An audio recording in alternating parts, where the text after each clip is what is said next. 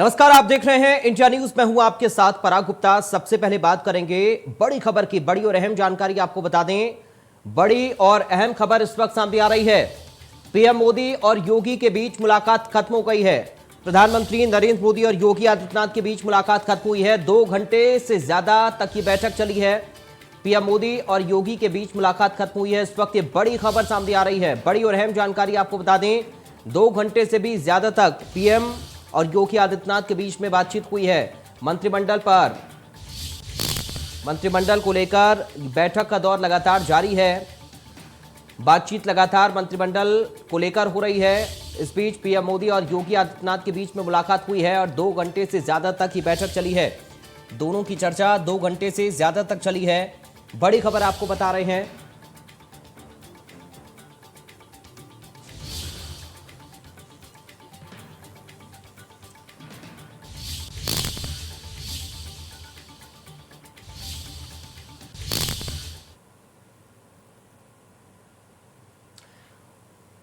और ये जेपी नड्डा से मुलाकात की तस्वीरें आप देखिए। बीजेपी के राष्ट्रीय अध्यक्ष जेपी नड्डा से योगी आदित्यनाथ की मुलाकात की तस्वीर इस वक्त सामने आ रही है। ये बड़ी खबर आपको बता रहे हैं। प्रधानमंत्री से भी बातचीत हुई है योगी आदित्यनाथ की। 2 घंटे से ज्यादा तक उनके साथ बैठक चली और अब ये तस्वीर जो है वो बीजेपी अध्यक्ष जेपी नड्डा से मुलाकात की है। योगी आदित्यनाथ ने जेपी नड्डा से मुलाकात की है। ये बड़ी खबर आपको बता रहे हैं।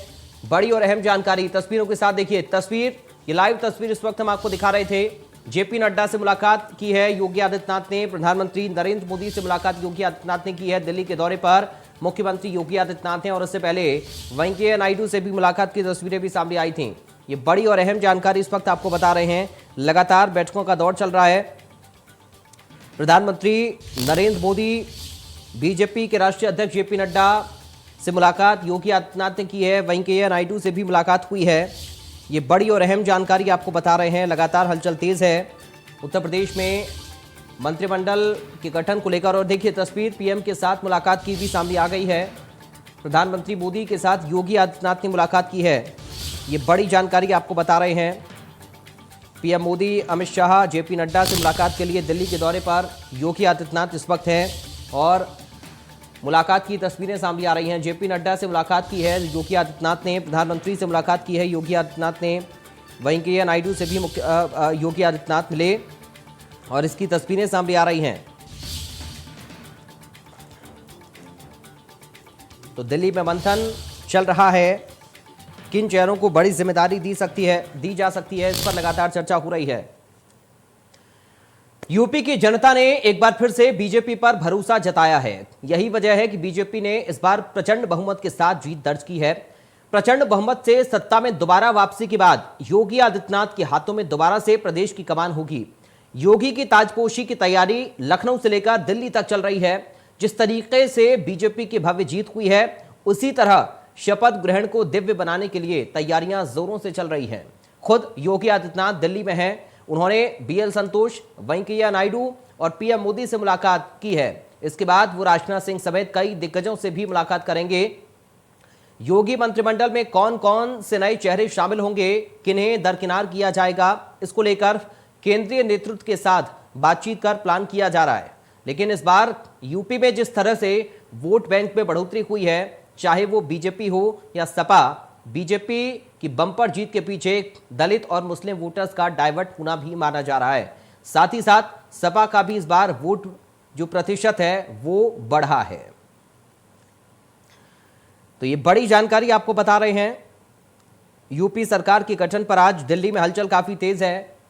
केंद्रीय नेताओं से योगी आदित्यनाथ की मुलाकात का दौर लगातार चल रहा है।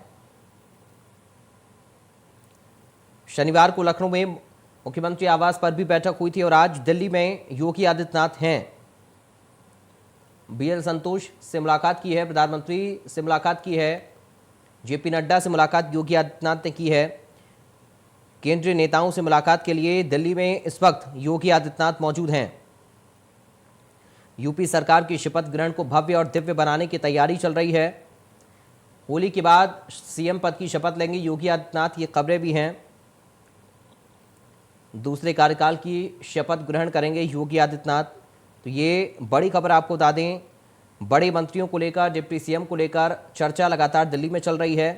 किसको जिम्मेदारी मिलेगी, इस पर मंथन किया जा रहा है। पीएम मोदी, गृह मंत्री अमित शाह से मुलाकात के लिए दिल्ली में इस वक्त योगी आदित्यनाथ मौजूद हैं। पीएम से मुलाकात की तस्वीरें भी सामने आई हैं। बीजेपी अध्यक्ष जेपी नड्डा, संगठन मंत्री बीएल संतोष से भी मुलाकात योगी आदित्यनाथ ने की है।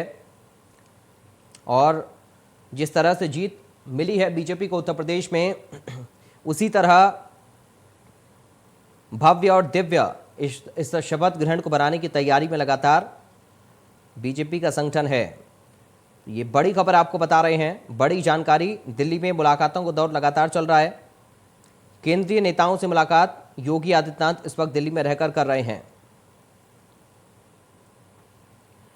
तो ये बड़ी खबर आपको बता रहे हैं, बड़ी और अहम जानकारी तस्वीरों के साथ।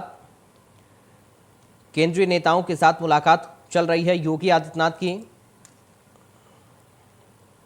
दिल्ली में इस वक्त योगी आदित्यनाथ मौजूद हैं।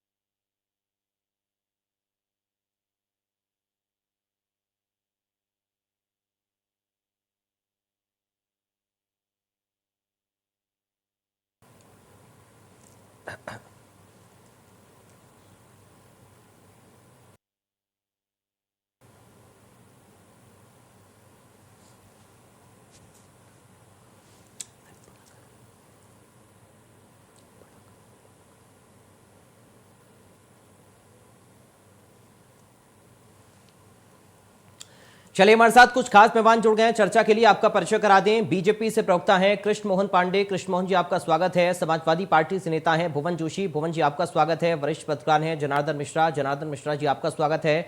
और सत्येंद्र सिंह है, राजनीतिक विश्लेषक हैं। सत्येंद्र सिंह जी, आपका स्वागत है। शुरुआत कृष्ण मोहन पांडे जी आपके साथ में कर रहा हूं। तैयारी चल रही है शपथ समारोह की। लखनऊ से लेकर दिल्ली तक हलचल काफी तेज है। आज योगी आदित्यनाथ दिल्ली में मौजूद हैं। केंद्रीय नेताओं से मुलाकात की तस्वीरें लगातार सामने आ रही हैं। क्या कुछ प्लानिंग है संगठन की?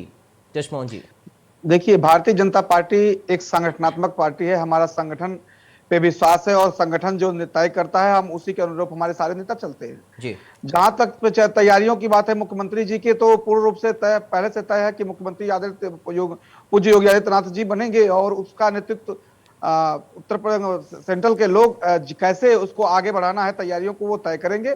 और उत्तर प्रदेश का संगठन जब तय करेगा, व्यवस्थाओं को लगा हुआ है तो ठीक करने में, जब संगठन तय कर देगा हम उसको मुख्यमंत्री पद की शपथ हो जाएगी। ठीक है। भुवन जोशी जी, शपथ समारोह को भव्य और दिव्य बनाने की तैयारी में बीजेपी का संगठन है। अखिलेश यादव को भी इनवाइट किया जाएगा, मायावती को भी इनवाइट किया जाएगा।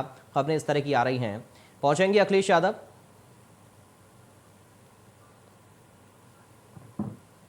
भुवन जी, आपकी आवाज नहीं आ रही है। अगर आप म्यूट हैं तो अनम्यूट करिए सर। नहीं, अब आवाज आ रही है आपको? अब आ रही है सर, बोलिए।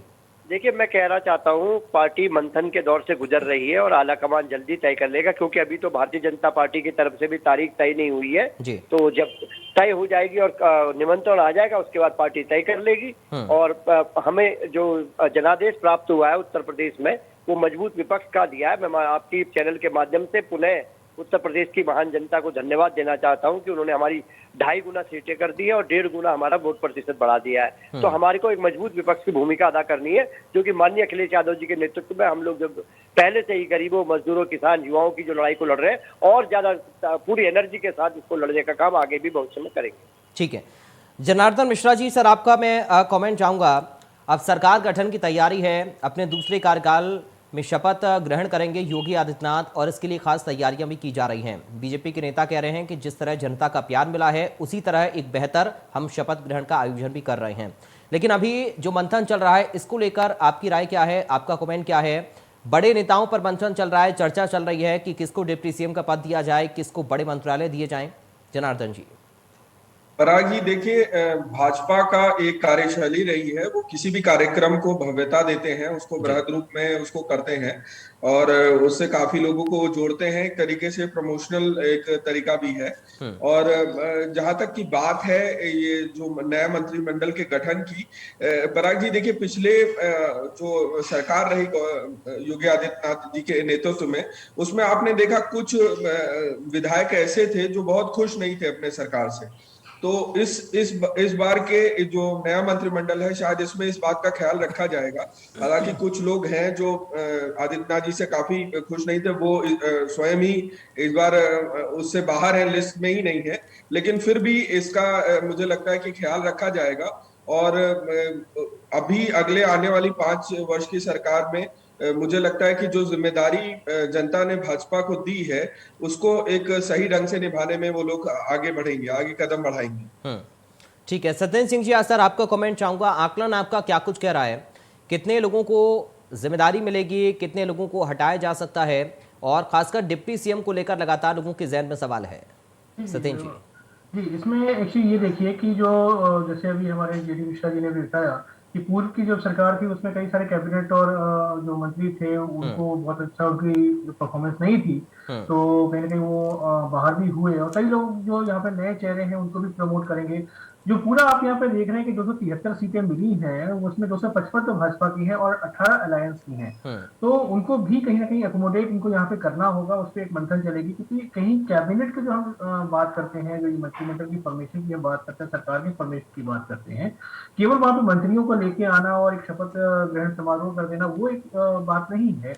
गवर्नमेंट की जो फॉर्मेशन होती है उसमें बहुत सारे इश्यूज होते हैं जो कि आगे पीछे उसके भविष्य में उसके इम्पैक्ट्स क्या होंगे, इम्प्लीकेशंस क्या होंगे, उन सारे पॉइंट्स को ध्यान में रखते हुए चीजों को निर्णय दिया जाता है। तो जो जहां तक मेरा आंकलन है, मैं ये समझ रहा हूँ कि जो नए डिप्टी चीफ मिनिस्टर होंगे उसमें 2-3 नाम जरूर चर्चा में है, जिसमें कि हम जो स्टेट प्रेसिडेंट है स्वतंत्र देव सिंह जी हैं, सुनील बंसल जी का भी नाम कहीं ना कहीं हमें सुनने में आता है, और राधा मोहन सिंह जी का भी नाम है कि कहीं ना कहीं ये लोग हो सकते हैं कि आगे चल के इनके नाम की चर्चा डिप्टी सीएम्स के लिए होगी। तो इनके अलावा आपके बेबी रानी मौर्य भी हैं, ब्रजेश पाठक भी हैं, और केशव प्रसाद मौर्य जी की बात मैं जरूर करूंगा क्योंकि वो चुनाव भले हार गए हैं, जो मेरा अपना मानना है कि चुनाव भले वो सिलाटू सीट से हार गए हैं इस बार, लेकिन वो एक ओबीसी का चेहरा है, तो इनके लिए कहीं ना कहीं उनको हो सकता है कि एमएलसी या अन्य माध्यम से वहां पे लेके आए और इनको डिप्टी सीएम बनाए, ये मेरा अपना मानना है।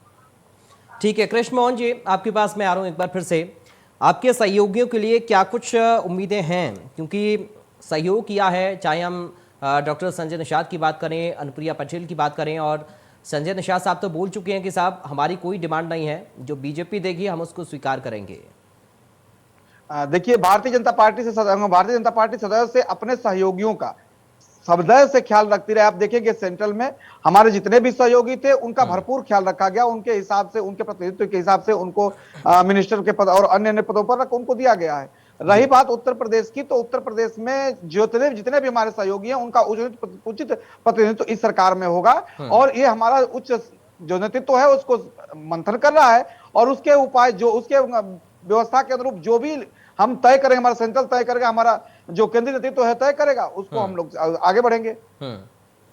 सर ये जो दिल्ली दौरे पर हैं योगी आदित्यनाथ जी, अभी कोई जानकारी सर आप बताइए, कुछ तो बताइए कि क्या कुछ मंथन चल रहा है, क्या बातचीत चल रही है, चर्चा क्या कुछ है, क्योंकि हमेशा से हम देखते हैं कि बीजेपी ऐसा सरप्राइज करती है सभी को कि पहले से जितनी भी कयास होते हैं सारे धराशायी हो जाते हैं। देखिए, भारतीय जनता पार्टी एक संगठनात्मक सिद्धांत की पार्टी है, सिद्धांत पे चलने वाली पार्टी है, तो हम हमारे सिद्धांत के अनुरूप जो भी ठीक होगा उसको लोग भारतीय जनता पार्टी का नेतृत्व करेगा। और दूसरा, भारतीय जनता पार्टी सदैव से संवाद में विश्वास रखती है, तो अपने विधायकों का, अपने जो भी पूर्व मंत्री रहे, जो वर्तमान में संगठन है, इन सारे लोगों से संवाद करके जो उत्तर प्रदेश की जनता के लिए, उत्तर प्रदेश की 24 करोड़ जनता के लिए, गरीब, मजलूम, अल्पसंख्यक, छात्र, नौजवान के लिए जो बेहतर हो सकता है उसके लिए व्यवस्थाएं आगे बढ़ाई जाएगी, और उसी के अनुरूप ऐसे व्यक्ति को मंत्री बनाया जाएगा जो उत्तर प्रदेश का विकास कर सके। ऐसे व्यक्ति को बेहतर मंत्रालय दिया जाएगा जो उत्तर प्रदेश के युवाओं के लिए, मजदूर के लिए, किसानों के लिए काम कर सके, और उत्तर प्रदेश को पुनः एक बार जिस विकास का यात्रा में शुरू किया गया था उसी विकास यात्रा को इस प्रकार ले जाए कि महाराष्ट्र जो विकास की गति पे 1 नंबर पे है, हम 2 नंबर पे हैं, इन्वेस्टमेंट के मामले पे हम उससे भी आगे बढ़े, और उत्तर प्रदेश देश का सर्वाधिक चमकता हुआ उत्तर प्रदेश बने, इस व्यवस्था के अनुरूप आगे बढ़ेंगे। ठीक है, भुवन जोशी साहब, देखिए बहुत ज़रूरी है कि मंत्रिमंडल एक ऐसा हो जो कि प्रदेश के विकास को आगे बढ़ाए, जिसका जिक्र बीजेपी लगातार करती रही है। लेकिन समाजवादी पार्टी एक मजबूत विपक्ष के तौर पर उभरी है, इस बात का जिक्र आप भी कर रहे थे। तो आप लोगों की क्या कुछ उम्मीदें हैं सरकार से भी, और आने वाले वक्त में विपक्ष की तरफ से किस तरह से आप लोग आगे काम करने वाले हैं? भुवन जी।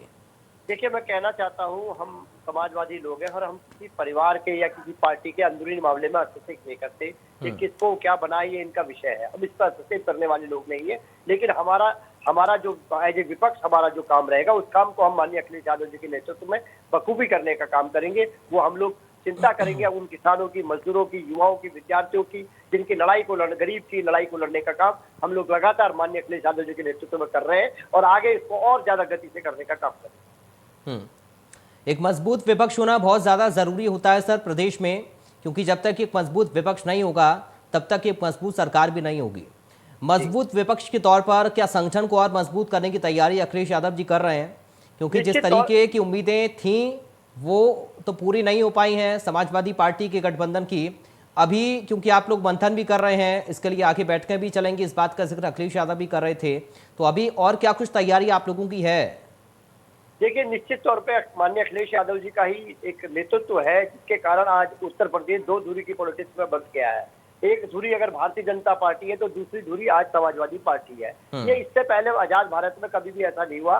कभी बहुत सारी पार्टियों का यहाँ पर रहता था, लेकिन आज माननीय अखिलेश यादव जी ने इतना मजबूत विपक्ष कर दिया है कि केवल समाजवादी पार्टी और भारतीय जनता पार्टी के बीच में उत्तर प्रदेश बट गया है। तो ये काम करने का काम करा, एक मजबूत विपक्ष बने, और हमें अपने डायनामिक लीडर माननीय अखिलेश यादव जी पर विश्वास है।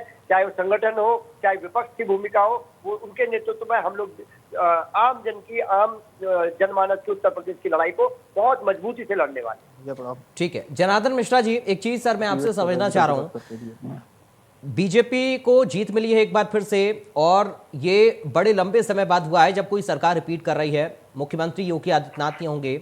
आकलन आपका क्या कुछ कह रहा है? क्योंकि आपने तो सर बहुत सारे चुनाव देखे हैं, बीजेपी की 5 साल की सरकार को भी आपने देख लिया। आधार क्या कुछ हो सकता है मंत्रिमंडल के गठन का? क्या कुछ आधार बीजेपी रख सकती है? इसमें क्या परफॉर्मेंस बहुत ज्यादा मैटर करेगा पिछली सरकार का? बिल्कुल पराग जी, देखिए सबसे बड़ी चीज तो ये है कि जो जातिगत समीकरण है उनको भी प्रमुखता दी जाएगी, हर वर्ग के लोगों को उसमें शामिल किया जाए।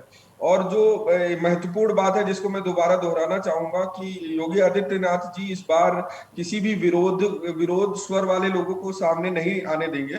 जो क्योंकि पिछली बार आपने देखा कि पहली बार ऐसा, मतलब शायद दूसरी बार ऐसा हुआ था कि विधायक स्वयं अपनी सरकार के खिलाफ धरने पे बैठ गए थे। तो इस तरह की चीजें अब नहीं होंगी। ये योगी जी इस बार पूरी तरीके से इस चीज को रखेंगे और अपने लोगों के साथ में, और मुझे लगता है कि जो भी प्रमुख चेहरे हैं जिनका नाम लिया जा रहा है सभी सामने दिख रहे हैं, उनको कहीं ना कहीं स्थान अवश्य मिलेगा, जरूर मिलेगा। और जहां तक बात अभी तक डिप्टी सीएम की है, बार बार इसको हो रहा है, तो वो अभी ये चीजें, क्योंकि जो मंत्रालय हैं उसमें भी काफी चीजें हैं जो बांटे जा सकते हैं। पिछली बार काफी मंत्रालय योगी जी के पास में ही थे, तो वो चीजें भी डिस्ट्रीब्यूट की जाएंगी। ये कोई जरूरी नहीं है कि डिप्टी सीएम की एक वहां पर अनिवार्यता है, ये भी अभी वो एकदम स्पष्ट नहीं है कि वहां जरूरी है कि 2 डिप्टी सीएम या ऐसे रहेंगे। तो ये भी अभी देखने वाली बात है। आपने स्वयं कहा कि भाजपा हमेशा सरप्राइज करती है, तो वो देखना है कि कैसे अभी मंत्रिमंडल इसको सामने निकल के आता है। ठीक है सत्येंद्र जी, एक बड़ी बात कही अभी जनार्दन जी ने कि सरकार एक ऐसी होनी चाहिए जो कि एकजुट होकर काम करे। अगर विरोध के सुर उठेंगे तो विपक्ष को भी मौका मिलेगा और जाहिर तौर पर हम जो योजनाएं हैं उनको आगे नहीं बढ़ा पाएंगे, विकास की बात जो हम करते हैं उसको और ज्यादा हम धार नहीं दे पाएंगे।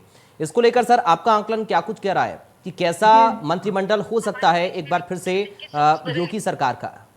जी, जब यहाँ पे मंत्रिमंडल बनाने की बात आती है तो इसमें 2 पक्ष हमें देखने होते हैं, क्योंकि जो पिछला जब आपने देखा था कि जहाँ पे लॉ एंड ऑर्डर की हम बात करते थे और साथ साथ में हम विकास की बात करते थे, तो जब आप आगे बढ़ते हैं, जब मंत्रिमंडल का गठन होता है, जब आपकी कैबिनेट बनती है और जब आप पूरा सरकार को बनाने और चलाने की बात करते हैं, तो उसमें 2 प्रमुख विषय होते हैं। एक होता है जिसमें जो मिनिस्टर्स हैं जिनको आप कार्यभार देंगे, उनको किस प्रकार से देंगे, उनका क्या रखते हैं, कितना वो सरकार के और उसके मुखिया के साथ में मिलकर काम कर सकते हैं, ये बहुत इंपॉर्टेंट फैक्टर होता है। लेकिन साथ ही साथ हमें ये भी नहीं भूलना होगा कि जो हमारा उत्तर प्रदेश है, इसके अंदर में बहुत सारे हमें जातीय समीकरण को भी हमें देखना पड़ता है। कई इस बार के चुनाव में आपने ये भी देखा कि दो जो पूर्व पुलिस ऑफिसर थे, राजेश्वर सिंह जी और असीम अरुण साहब, ये जीते हैं। तो मेरा ये मानना है कि कहीं ना कहीं इनको भी कुछ अच्छी पोजीशंस दी जा सकती हैं। और साथ ही साथ जो राजनाथ सिंह के पुत्र पंकज सिंह जी हैं, जिन्होंने एक बहुत ही मतलब अच्छे वोट पर से जीता, करीबन 1,80,000 के ऊपर के वोट से जीते हैं। तो उनको भी कहीं ना कहीं, क्योंकि ये समझिएगा कि वहां से जो आपका नोएडा है, नोएडा जी। से कोई भी अभी तक योगी कैबिनेट में अपना प्लेस नहीं बना पाया था। तो हम्म। इस बार ये समझ में आ रहा है, लग रहा है कि जो 2017 में भी उन्होंने किया, 2022 में भी किया, तो एक मिनिस्टर वो बनाए जा सकते हैं, क्योंकि नोएडा का रिप्रेजेंटेशन यूपी कैबिनेट में अभी तक नहीं रहा है। हम्म। सलभमणि त्रिपाठी जी भी एक ग्रामीण फेस रहे हैं, काफी एक्सपीरियंस जर्नलिस्ट रहे हैं, तो उसको भी मैं ये मानता हूँ कि कहीं ना कहीं होगा। और जो अपना दल है, निषाद पार्टी है, क्योंकि उनके साथ भी कहीं ना कहीं अलायंस हुए होंगे, तो उनको भी कहीं ना कहीं स्पेस यहाँ पे मिल सकती है। आशीष पटेल भी हैं, संजय निषाद साहब हैं, तो उनको भी एक इंपॉर्टेंट रोल मिल सकता है। साथ ही साथ सुरेश खन्ना जी, जो कि लगातार शाहजहांपुर से 9वीं बार जीते हैं, तो मुझे लगता है कि हाँ, उनको भी एक स्पेस यहाँ पे देना चाहिए। ठीक है सर, आप लोग बने रहिए हमारे साथ। दिल्ली से इस वक्त हमारी संवाददाता उर्वशी खूना हमारे साथ जुड़ गई हैं। उर्वशी, आपके पास में आ रहा हूं। अभी जो हलचल है, बैठकों का दौर लगातार दिल्ली में चल रहा है, योगी आदित्यनाथ मौजूद हैं दिल्ली में, क्या कुछ अपडेट है आपके पास ताजा उर्वशी? मैं आपको बता दूं कि किस तरह से आज सुबह से जो बैठकों का दौर चल रहा है, उसमें आगे अब योगी आदित्यनाथ, प्रधानमंत्री नरेंद्र मोदी, इनके साथ 2 घंटे की ऑलमोस्ट ये बैठक रही है, जिस पर अलग अलग लेवल पर चर्चा हुई है। अभी फिलहाल योगी आदित्यनाथ बीजेपी के अध्यक्ष जेपी नड्डा इनको मिल रहे हैं। जेपी नड्डा इनके आवास पर योगी आदित्यनाथ पिछले कुछ समय से हैं और उनके साथ चर्चा चल रही है। मंत्रिमंडल के नामों की सूची को लेकर बातचीत चल रही है। पर मैं आपको बताऊं कि ये 2 घंटे की जो बैठक रही है प्रधानमंत्री नरेंद्र मोदी और योगी आदित्यनाथ इनके बीच की, ये बहुत ही महत्वपूर्ण रही है। प्रधानमंत्री नरेंद्र मोदी, इन्होंने योगी आदित्यनाथ को मिशन 2024 का ये पूरा टारगेट दिया है कि 80 की 80 सीटें जो है बीजेपी की ओर से आए, ऐसे लेवल पर स्कीम्स का एग्जीक्यूशन हो। मंत्रिमंडल के फर्स्ट बैठक से ही जो है सारा एग्जीक्यूशन, सारी जो स्कीम्स है उसका पूरा का पूरा लाभ लोगों तक पहुंचे, उसको लेकर चर्चा हुई है। इसके अलावा विकास को लेकर जो सारी योजनाएं हैं वो किस तरह से सारी चीजें हो, हर वर्ग को कहीं ना कहीं लाभ हो, ऐसी योजनाएं हो, उसको लेकर बातचीत हुई है। और जाहिर सी बात है, मंत्रिमंडल की सूची को लेकर कौन से वो सारे नए चेहरे हैं, कौन से सारे जो नाम हैं, उसको लेकर ये चर्चा हुई है। पर ये बैठक योगी आदित्यनाथ, ये प्रचंड जीत के बाद उत्तर प्रदेश में ये पहली बैठक योगी और मोदी इनके बीच रही है। योगी मोदी के मैजिक को लेकर जो बातचीत चल रही थी, उसके बाद ये पहली बार फेस टू फेस मिले हैं। और प्रधानमंत्री नरेंद्र मोदी, इन्होंने ट्वीट भी किया, बधाई भी दी योगी आदित्यनाथ को। एक डिटेल्ड ऐसी मीटिंग रही। 4:50 पर योगी आदित्यनाथ लोक कल्याण मार्ग पर पहुंचे और 6:50 पर जो है यहाँ से निकले हैं और जेपी नड्डा इनके आवास पर पहुंचे हैं। आगे इनका स्केड्यूल ये है कि ये आगे जाके रक्षा मंत्री राजनाथ सिंह को इनको मिलेंगे। और महत्वपूर्ण बात कि ये Amit Shah, union home minister जो है, उनको भी मिलेंगे। कल भी योगी आदित्यनाथ फर्स्ट हाफ दिल्ली में रहेंगे और ये पूरा जो दौरा है मुलाकातों का, वो चलता रहेगा, ये समझ के आ रहा है। यानी उर्वशी, माने कि 2024 को टारगेट करते हुए सरकार का इस बार गठन हो रहा है, क्योंकि जिसका आपने जिक्र किया कि योजनाओं का इम्प्लीमेंटेशन हम कैसे करें, कैसे जनता तक योजनाओं को पहुंचाएं, क्योंकि विकास का वादा बीजेपी ने किया और एक बार फिर से बीजेपी कह रही है कि हम उसी विकास को और धार देने का काम करेंगे अपनी सरकार में। उर्वशी जी बिल्कुल, आप योजनाओं की बात करें, डेवलपमेंटल प्रोजेक्ट्स की बात करें, इन सारे चीज़ों को लेकर जो है चर्चा हुई है। जेवर एयरपोर्ट हो, राशन की बात हो, तो इन सब का एग्जीक्यूशन अब तक का किस तरह से रहा है और इसको और एग्जीक्यूशन ग्रिप्ड हो, हर लोगों तक हर चीज पहुंचे, उसको लेकर एक बातचीत हुई है। आप सोचिए 2 घंटे की ये मुलाकात रही है, मतलब मंथन कौन से बड़े लेवल पर हुआ है, हर चीजों को लेकर और हर लेवल पर 2024 का मिशन टारगेट और वहीं उसके पहले ये सूची, नामों की सूची क्या रहेगी, कौन से वो सारे नाम होंगे, अगर डेप्यूटी सीएम होंगे तो कैसे और कितने डेप्यूटी सीएम होंगे, इन सब को लेकर बातचीत चल रही है। और ये पूरा आज एक इम्पॉर्टेंट दिन रहा है, क्योंकि शुरुआत हुई थी BL संतोष इनके मुलाकात के साथ, जो महामंत्री है बीजेपी के। बाद में वेंकैया नायडू वाइस प्रेसिडेंट इनको मिले, उसके बाद योगी आदित्यनाथ यहाँ पे आए, प्रधानमंत्री आवास निवास जो है, और उसके बाद अब JP नड्डा को मिल रहे हैं, और आगे राजनाथ सिंह और अमित शाह इनको मिलने वाले हैं। यानी कि हम माने कि बड़ी जिम्मेदारी होगी पूरी की पूरे मंत्रिमंडल पर। बहुत शुक्रिया आपका उर्वशी जानकारी और इस पूरी बातचीत के लिए। जनार्दन मिश्रा जी, इस पर एक कमेंट आपका मैं चाहूंगा सर। 2024 को टारगेट कर रही है बीजेपी, जैसा कि उर्वशी हमारी संवाददाता हमको इनपुट दे रही थी, उसी हिसाब से सरकार का गठन भी होगा और बड़ी जिम्मेदारी मुख्यमंत्री के साथ साथ बड़े मंत्रालय संभाल रहे मंत्रियों के ऊपर भी होगी। जनार्दन जी, ये जो विधानसभा चुनाव था बहुत ही महत्वपूर्ण इसलिए भी था क्योंकि जैसा जोशी जी जो हमारे साथ में है सपा प्रवक्ता, उन्होंने भी ये बात कही कि 2 खेमे में पूरा चुनाव बढ़ चुका था जी। और उसमें भाजपा ने अच्छा प्रदर्शन किया, बहुत अच्छा प्रदर्शन किया, तो भाजपा पर जिम्मेदारी भी बढ़ जाती है क्योंकि भाजपा इस चीज को आगे भी कंटिन्यू करना चाहेगी, उसको बढ़ाना चाहेगी। तो और भाजपा के जो प्रमुख मुद्दे थे वो कानून व्यवस्था और जो लाभार्थी योजना रहे, जो उन्होंने जन जन तक पहुंचाने की कोशिश की। तो फिर से पूरा फोकस यही रहेगा कि कैसे पब्लिक तक डायरेक्ट एक अप्रोच करी जाए, कैसे लाभार्थियों को अधिक से अधिक पहुंचा जाए, जिससे ये जो बंधन बने हुए हैं, जो कुनबे बने हुए हैं, तो छोटे छोटे ये बाउंड्रीज हैं, उनको तोड़कर वापस फिर से हम लोग इस चीज को एक बड़ी गाथा की तरह लेके चले और वापस भाजपा को हम मजबूत करते रहे। ठीक है सचिन जी, आपका भी एक कमेंट चाहूंगा सर इस पर। बड़ी जिम्मेदारी के साथ इस बार मंत्रियों को उनके प्रभार दिए जाएंगे और जाहिर है कि 2024 अब निशाना है, 2024 से पहले 2022 एक बड़ी जीत बीजेपी मानकर चल रही है। देखिए, यहाँ पर चुनाव तो आप जानते हैं कि देश में लगातार होते रहे हैं, और उत्तर में जब हम देखते हैं तो अभी जैसे ये वाला आपका आ रहा है जो 22 का इलेक्शन अभी हुआ है, 24 के इलेक्शन के लिए हम तैयारी कहीं ना कहीं करेंगे।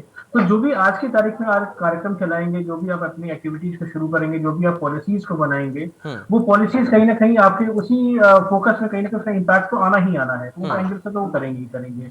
जैसे अभी हमारे जो प्रोफेसर जोशी साहब हैं, उन्होंने कहा कि यहाँ पर जिस प्रकार का चुनाव जो है 2 भागों में बढ़ गया, जिसमें सपा प्रमुख और ये प्रमुख रूप से भाजपा के साथ कहीं ना कहीं कंटेस्ट कर रही थी, कमोबेश में यही देखता हूँ कि जितने सीटों का लगभग इनको यहाँ पे लाभ हुआ है। तो ऐसी ही स्थिति हमारे पास बंगाल में थी, यहाँ पे एक लहर चली थी, भाजपा वहां पे निकल रही है और अल्टीमेटली कहीं ना कहीं उनको जितनी सीटों का लाभ इनको इस चुनाव में बढ़त मिली है, उतनी चुनाव में सीटों को लगभग प्राप्त कर पाए थे।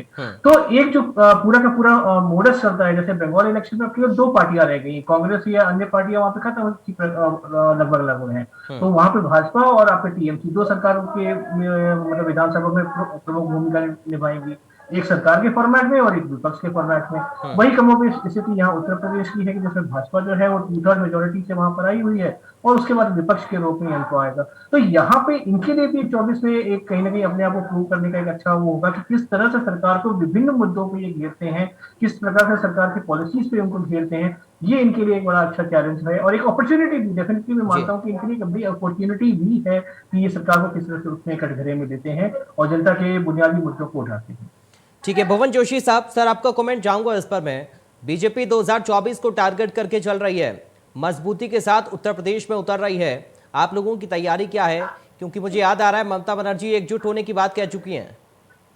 देखिए, मैं पहले तो कहना चाहता हूं, अभी हमने प्रदेश के मूड को देखा है और 2024 में हम देश के मूड को देखेंगे। एक राजनीति शास्त्र के विद्यार्थी होने के कारण मैं कह सकता हूं कि जो चुनाव है वो तीनों का अलग अलग होता है। जो पंचायती चुनाव होते हैं उनका मूड अलग होता है और उसके बाद जो विधानसभा स्तर के जो चुनाव होते हैं उनका मूड अलग होता है और जो देश का चुनाव होता है उसका मूड अलग होता है। तो अब देश के चुनाव का मूड को देश के चुनाव के मूड के हिसाब से माननीय अखिलेश यादव जी के नेतृत्व में हम लोग तैयारी करेंगे और मजबूत विपक्ष की भूमिका उत्तर प्रदेश को देखने की मिलेगी, ये मैं आश्वस्त करना चाहता हूँ।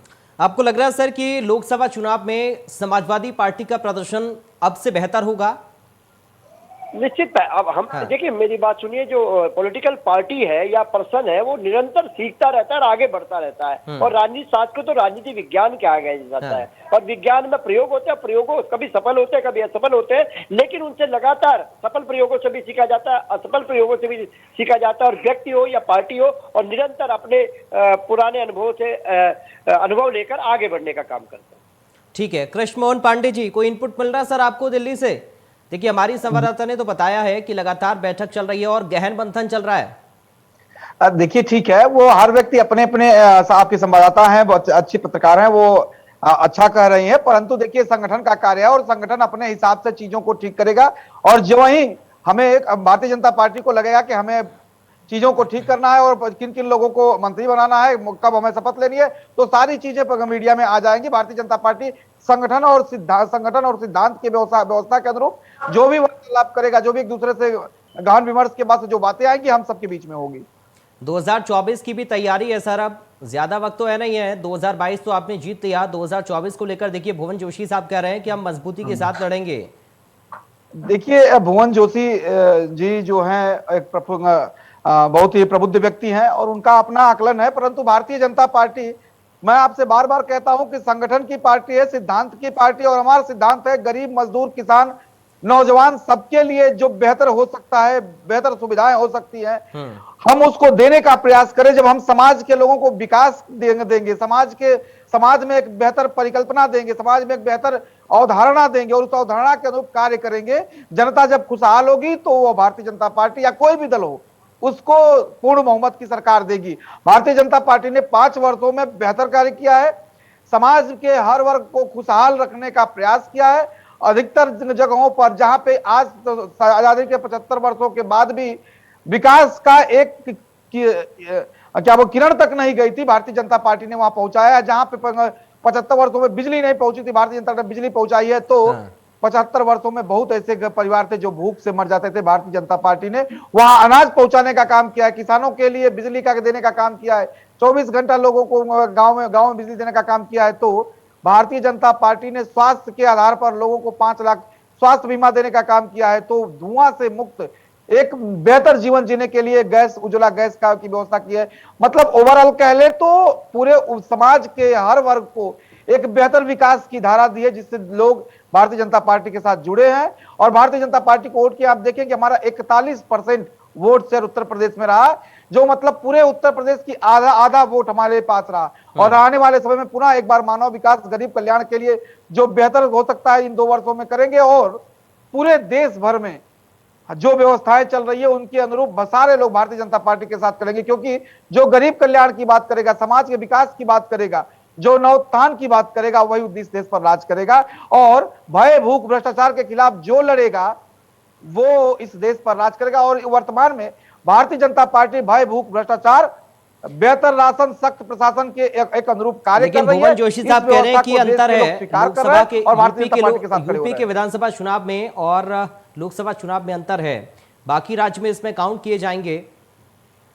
देखिए देश वही है, पूरा देश में अलग अलग राज्य हो सकते हैं, लेकिन मुद्दे लगभग पूरे देश में एक ही है। बेरोजगारी, भूख, भ्रष्टाचार, अपराध पूरे देश में। और इस देश के कुछ तथाकथित पारिवारिक लोग जो इस देश को एक कंपनी की तरह चलाना चाहते हैं, वो नहीं चलेगा।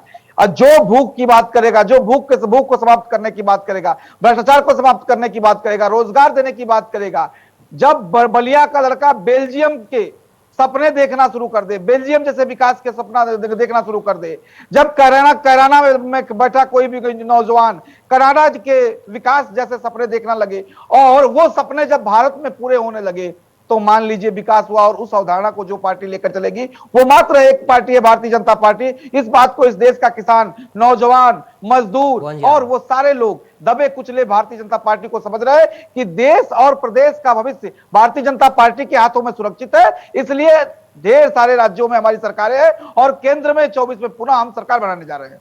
ठीक है, भुवन जी आपकी बात पर हंस रहे थे, कुछ कहना भी चाह रहे हैं। भुवन जोशी साहब बोलिए आप। देखिए, मैं नहीं जानता, मैं किसी के पढ़ाई को चैलेंज नहीं करता, लेकिन मैं पॉलिटिकल साइंस का स्टूडेंट हूँ और 27 साल का मेरा राजनीतिक और सामाजिक जीवन है।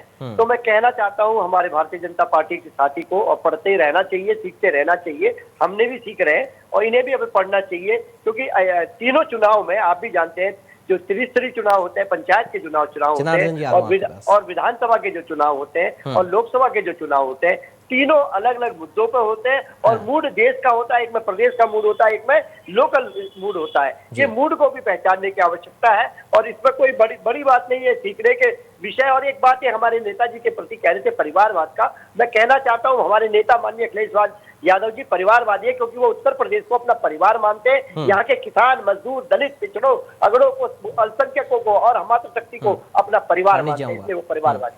ठीक है पांडे, जाऊंगा, थोड़ा सा रुक जाइए, आ रहा हूं आपके पास। जनार्दन मिश्रा जी कुछ कहना चाह रहे हैं, बोलिए सर।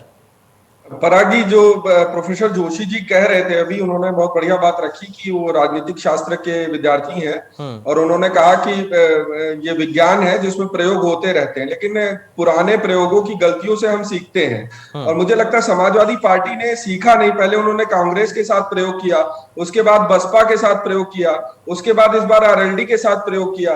तो अब ये प्रयोग मतलब आप करते रहेंगे और जनता कब तक उस प्रयोग का रिजल्ट आपको मतलब उसको देखती रहेगी, ये एक बड़ा प्रश्न है। ये मुझे लगता है आत्ममंथन की आवश्यकता जरूर है समाजवादी पार्टी। भुवन जी कमेंट देंगे सर इस पर?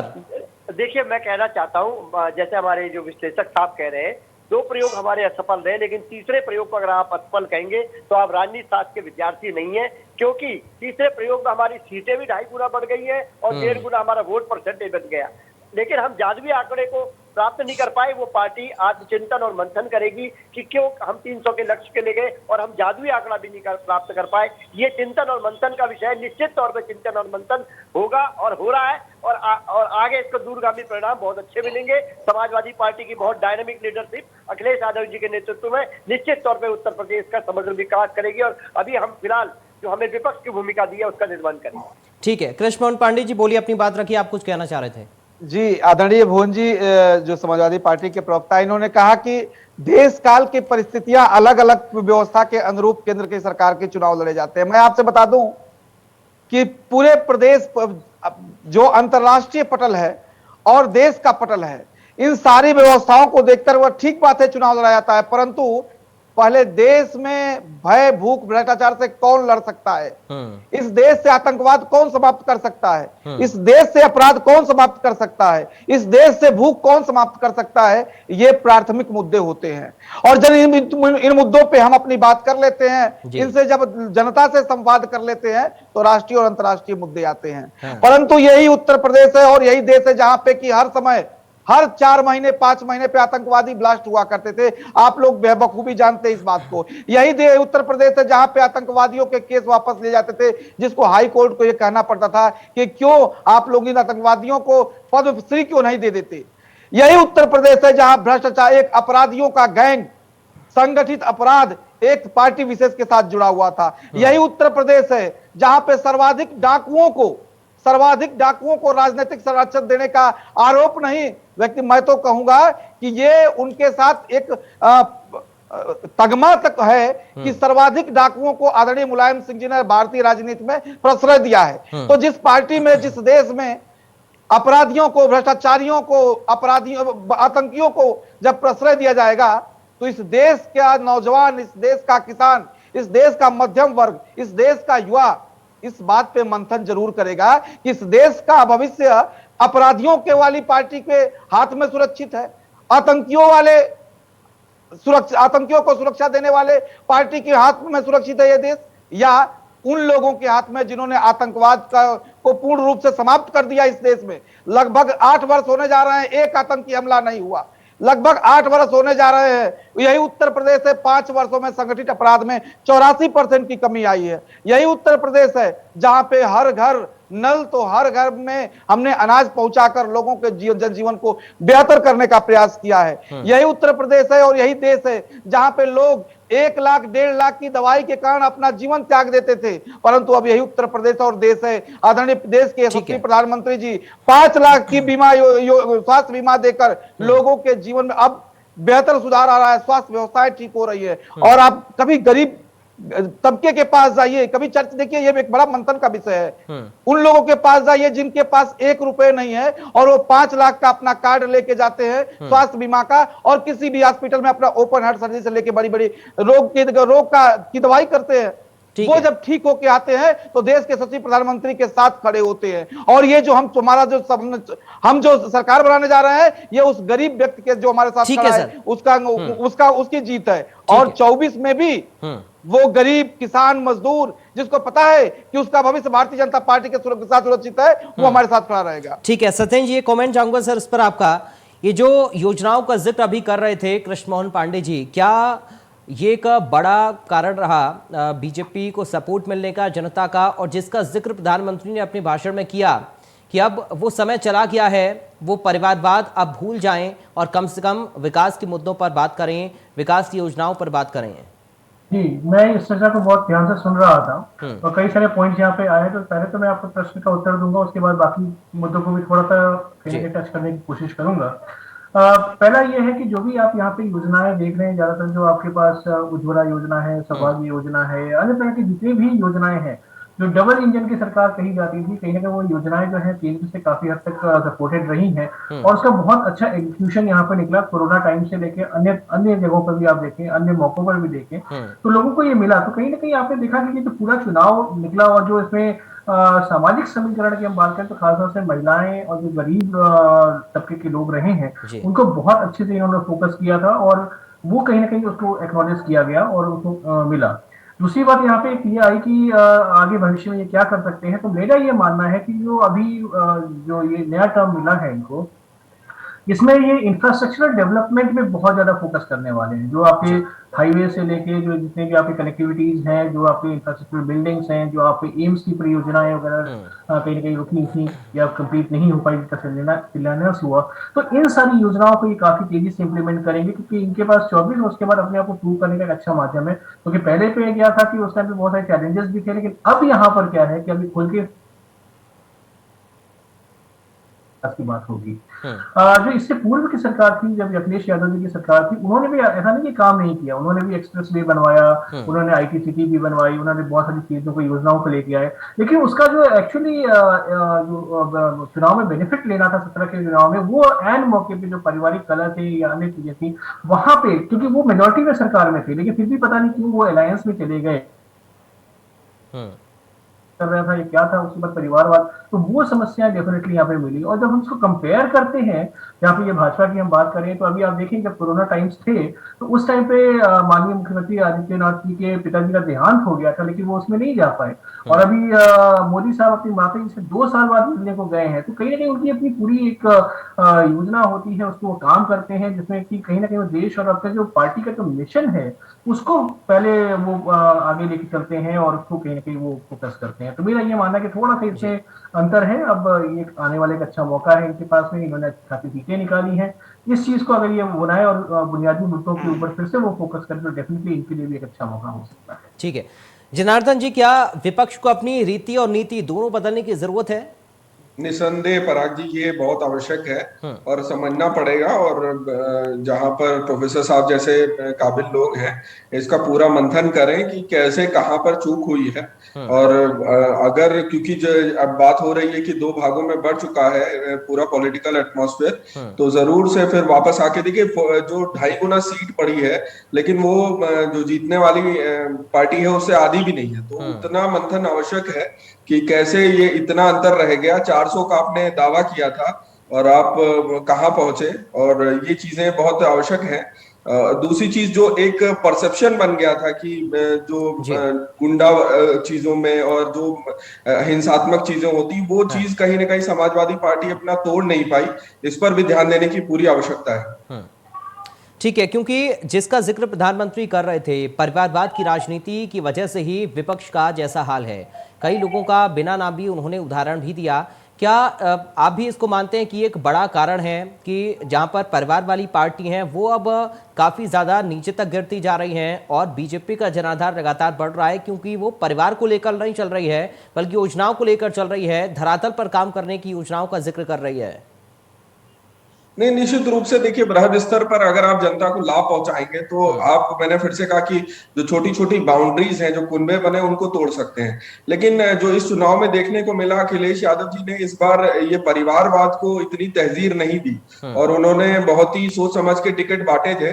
लेकिन फिर भी जो चीजें मैंने कहा ना, एक परसेप्शन बन गया था, वो चीजों पे शायद नहीं बाहर निकल पाए और जो भी कमी रही उनको आत्ममंथन की आवश्यकता है। लेकिन जो अगर सिर्फ बात करें परिवारवाद की, तो ये इस बार विपक्ष ने खास ख्याल रखा कि इस तोहमत से बचा जाए, ये आरोप इस बार इन पर ना लग पाए। और आपने देखा अपर्णा यादव इसी वजह से छोड़कर भाजपा में भी शामिल हो गई और उन्होंने समाजवादी पार्टी के विरोध में काफी रैलियां भी की, एक संबोधन भी दिया।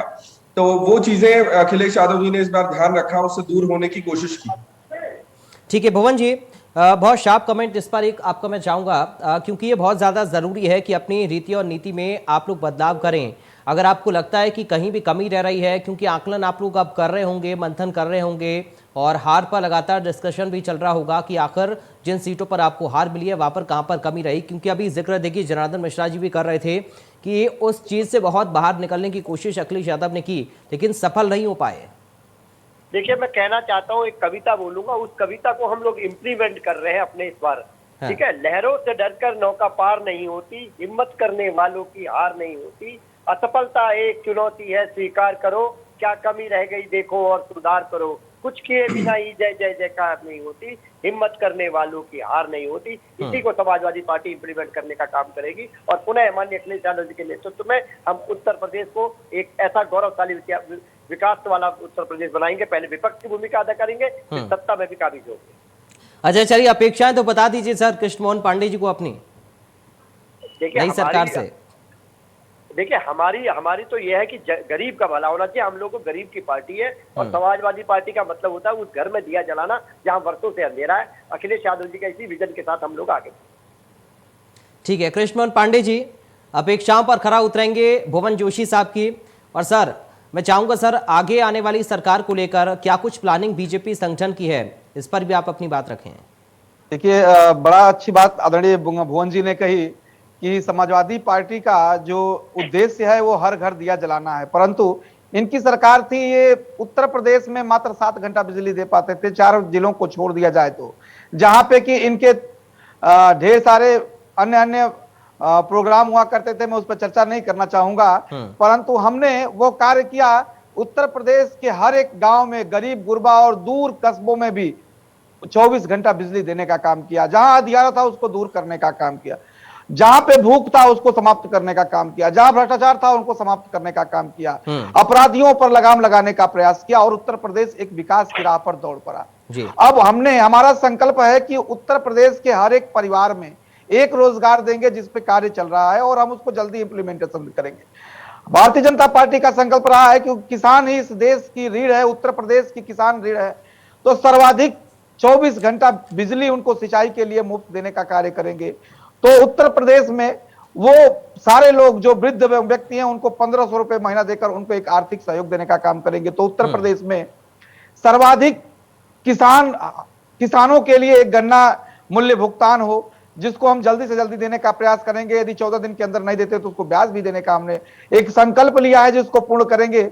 उत्तर प्रदेश में चीनी मिलों को बढ़ाने का काम करेंगे, तो बेरोजगारों के लिए नौकरी देने का काम करेंगे और एक परिवार में एक रोजगार देने के का जो संकल्प है, हम उसको MSME के थ्रू और असंगठित क्षेत्रों में ज्यादा से ज्यादा रोजगार बढ़ाकर देंगे। और यही उत्तर प्रदेश में आपको बता दूं, बड़े संजीदगी के साथ और बड़े ही ईमानदारी पूर्वक इस बात को कहना चाहता हूं कि उत्तर प्रदेश का में जो इन्वेस्टमेंट है वो पिछली सरकार में 10 लाख करोड़ का इन्वेस्टमेंट तो उत्तर प्रदेश में आया हुआ है। वो उत्तर प्रदेश की बेहतर प्रशासनिक व्यवस्था को देखकर आया था। 3 लाख करोड़ का इन्वेस्टमेंट हमने चालू कर दिया, प्रारंभ कर दिया, जिसमें बड़े मात्रा में रोजगार उत्पन्न हुआ। और आने वाले सरकार में 10 जो बचे 7 लाख करोड़ का इन्वेस्टमेंट है वो तो चालू ही होगा। हमने पूरे उत्तर प्रदेश में, उत्तर प्रदेश वो राज्य है जो 7वें 9वें नंबर पर हुआ करता था इन्वेस्टमेंट में। पिछली सरकार में हम दूसरे नंबर पर है, महाराष्ट्र 1 नंबर पर और दूसरे नंबर पर उत्तर प्रदेश है। अब हम चाहते हैं कि इन्वेस्टमेंट उत्तर प्रदेश में सर्वाधिक हो, महाराष्ट्र से भी हम आगे निकलें और जितना इन्वेस्टमेंट होगा उतना हम रोजगार उत्पन्न करने का काम करेंगे। तो शिक्षा के क्षेत्र पर भी हम ध्यान देंगे, स्वास्थ्य के भी क्षेत्र पर हम कार्य कर रहे हैं, रोजगार के क्षेत्र में बड़े स्तर पे हम काम कर रहे हैं। और उत्तर प्रदेश में इंफ्रास्ट्रक्चर एक ऐसा मामला है जो अब गंगा एक्सप्रेसवे तो हम शुरू करने जा रहे हैं। इससे गंगा एक्सप्रेसवे के दोनों किनारों पर एक बड़ा रोजगार उत्पन्न होगा। ये तो ढेर सारे ऐसे व्यवस्था है जिसको हम चालू करके उत्तर प्रदेश में गरीबों का एक बड़ा जो वर्ग पिछली सरकारों ने खड़ा कर दिया था उनको मध्यम वर्ग में लाने का प्रयास करेंगे, उनके जीवन में सुधार करने का प्रयास करेंगे और अधिक से अधिक रोजगार देकर क्रय शक्ति बढ़ाने का काम करेंगे, जिससे उत्तर प्रदेश एक चमकता हुआ उत्तर प्रदेश बने। इस परिकल्पना के साथ कि जो लड़का बलिया का लड़का महाराष्ट्र जाता है, गुजरात जाता है, गाजीपुर देवरिया मऊ का लड़का जो गुजरात जाके काम करता है, वही इन्वेस्टमेंट उत्तर प्रदेश में आए और बलिया में, मऊ में, आजमगढ़ में जितने भी जो संबंधित जिले हैं जो पिछड़े जिले कहे जाते हैं, यहाँ पे वो फैक्ट्री जाएं और बलिया मऊ का लड़का अपने घर में रोजगार करे और शाम को अपने घर जाए। हम ऐसी व्यवस्था करने जा रहे हैं कि हमारा जो भी नौजवान है वो दिल्ली महाराष्ट्र जाके भटकेगा नहीं, वही उत्तर प्रदेश में काम करेगा। इस परिकल्पना के साथ हम कार्य करने जा रहे हैं। ठीक है जनार्दन मिश्रा जी, किसानों का आंदोलन लंबा चला, हालांकि जिस मुद्दे को लेकर आंदोलन था वो मुद्दा खत्म हुआ, मगर ये कहा जा रहा था कि इसका इम्पैक्ट पड़ेगा चुनाव पर। बीजेपी के ऊपर कोई खास फर्क नहीं पड़ा, लेकिन किसानों के अपने अलग कुछ और भी मुद्दे हैं, उन पर काम करने की सरकार को जरूरत रहेगी। बहुत शार्प कमेंट चाहूंगा आपका। बिल्कुल पराग जी, देखिए किसानों के मुद्दे पर जो किसान आंदोलनरत थे उसमें एक बड़ा तबका ऐसा भी था जो कहीं ना कहीं इन चीजों को सपोर्ट कर रहा था, और वही आपने देखा कि इसका बहुत बड़ा प्रभाव नहीं पड़ा भाजपा पर, और उन्होंने जब वो वापस भी ले लिया तो उसको और भी चीजें कंपेंसेट करने की कोशिश की। और निश्चित तौर पर जो एमएसपी से रिलेटेड इश्यूज हैं, जो उनकी जो मिनिमम वैल्यू बढ़ाने की जो बात हो रही थी, उस पर भाजपा को काम करना पड़ेगा, क्योंकि एक बहुत बड़ा तबका है, अगर वो साथ आता है या वो चीजें, वो देश निर्माण में, भविष्य निर्माण में बड़ा अहम भूमिका निभाता है। ठीक है, बहुत कम शब्दों में सत्येंद्र जी आपसे जानना चाहूंगा, नया मंत्रिमंडल कैसा होना चाहिए उत्तर प्रदेश के लिए? देखिए, नया मंत्रिमंडल जो है वो कहीं ना कहीं जो जिस प्रकार से भाजपा की अपनी जो रणनीति रही है, वो क्लीन छवि वालों को यहाँ पे देंगे और जो कहीं ना कहीं विकास परक कार्य कर सके उनको यहाँ पे देंगे। साथ ही साथ जो जातीय समीकरण है उनको भी कहीं ना कहीं टैप करना है, और जो सहयोगी संगठन रहे हैं इनके साथ में उनको भी एक कहीं ना कहीं नुमाइंदगी एज पर एग्रीड टर्म्स उनको यहाँ पे देने की कहीं ना कहीं कोशिश होगी। चलिए, बहुत शुक्रिया आप सभी खास मेहमानों का चर्चा का हिस्सा बनने के लिए। कृष्णमोहन पांडे जी आपका शुक्रिया, भवन जोशी साहब, जनार्दन मिश्रा जी, सत्येंद्र सिंह जी आपका बहुत शुक्रिया चर्चा का हिस्सा बनने के लिए। नए सरकार के गठन को लेकर लगातार मंथन का दौर चल रहा है। दिल्ली में योगी आदित्यनाथ मौजूद हैं, केंद्रीय नेताओं से मुलाकात लगातार उनकी चल रही है। अब देखना होगा कि कौन कौन लोगों को बड़ी जिम्मेदारियां पार्टी और संगठन देता है। फिलहाल के लिए मुझे दीजिए इजाजत, नमस्कार।